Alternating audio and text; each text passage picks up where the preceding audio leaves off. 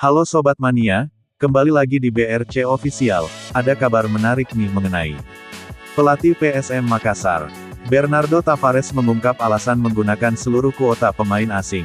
Dengan 8 pemain untuk menatap kompetisi musim 2024-2025. Bernardo menyebut, jika harga pemain asing lebih murah dibandingkan pemain lokal berlabel bintang, kita punya kesempatan untuk merekrut 8 pemain asing, yang mana kalian ketahui nilai daripada pemain-pemain lokal lebih daripada pemain asing.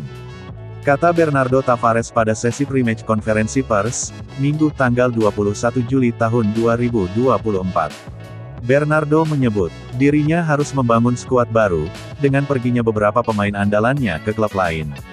Seperti Yakob Sayuri, Yance Sayuri, dan Safrudin Tahar ke Malut United, serta Kenzo Nambu ke Bali United. Sayangnya kita kehilangan banyak pemain kunci dari musim lalu, ujarnya.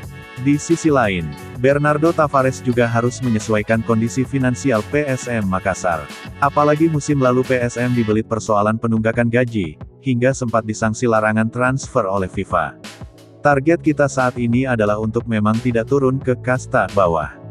Dan pemain-pemain yang kita dapatkan dari akademi pun tidak terlalu banyak, terang Bernardo. Intinya kita harus rendah hati di awal-awal musim ini. Kita jalani step by step selangkah demi selangkah, tambahnya. Diketahui PSM Makassar kehilangan 12 pemainnya musim lalu. Sementara pemain baru yang direkrut ada 13, yang terdiri dari 7 pemain lokal dan 6 pemain asing. Pemain yang direkrut tidak ada yang berlabel bintang.